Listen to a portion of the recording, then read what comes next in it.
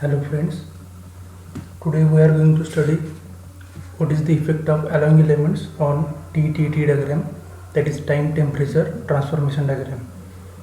Almost all alloying elements except cobalt, aluminum and silicon decreases both the tendency for rate of decomposition of austenite and increases stability of supercooled austenite and retards the both pro-eutectoid and pearlitic reaction, and which shifts the TTT diagram to start to finish pearlite transformation start and pearlite transformation finish curve to the right hand side or higher time period side.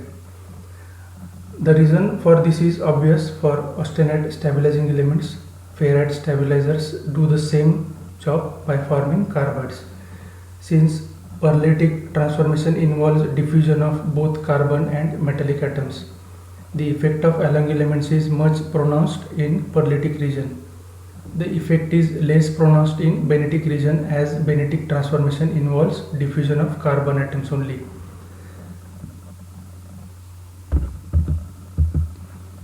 This figure indicates effect of alloying element because of presence of carbide forming elements. The TTT diagram for alloy steels can broadly be classified into 4 types, as shown in this first figure is similar to that of carbon steel. There is practically no difference in pattern of austenitic decomposition in the presence of non-carbide forming elements. However, in the presence of carbide forming elements, supercooled austenite decomposes to mixture of ferrite and carbides rather than to a aggregate of ferrite and cementite.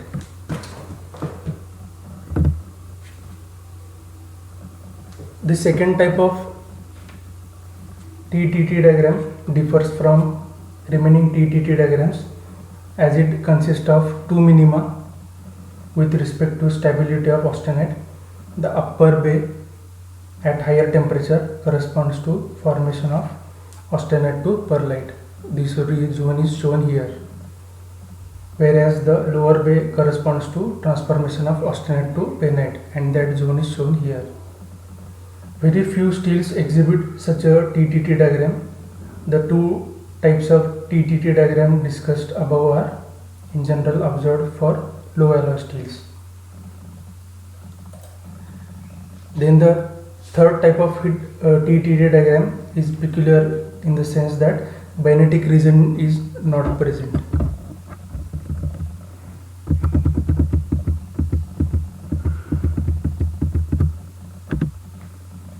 Sorry.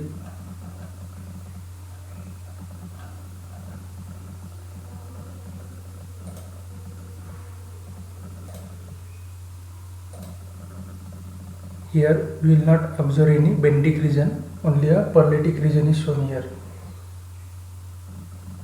This implies that benite cannot be formed in such kind of steels. Such a TTT diagram is obtained in general for high alloy steels, especially those in which the start of martensite transformation temperature has been shifted to sub-zero region. In such steels, stable austenite structure is obtained at room temperature. The fourth type of TTT diagram does not exhibit a pearlitic bay, only a benetic bay is observed. So here you can observe a benetic bay. There is no any presence of pearlitic bay. Here under normal cooling condition, either benetic or martensite is formed. So factors affecting TTT diagram: carbon, presence of carbon and alloying elements affects the transformation of austenite into different products in many ways. As the amount of carbon and most alloying element increases in steel, the lower part of curve is progressively lowered, because except for aluminum, all the elements lowers the martensite start temperature. Ferritic stabilizer raises AC temperature as well as ACM temperature, as the TTT diagram for such steels get raised upward as well as gets lowered down. There are invariably two C-shaped curves, one for pearlitic and another for benetic transformation.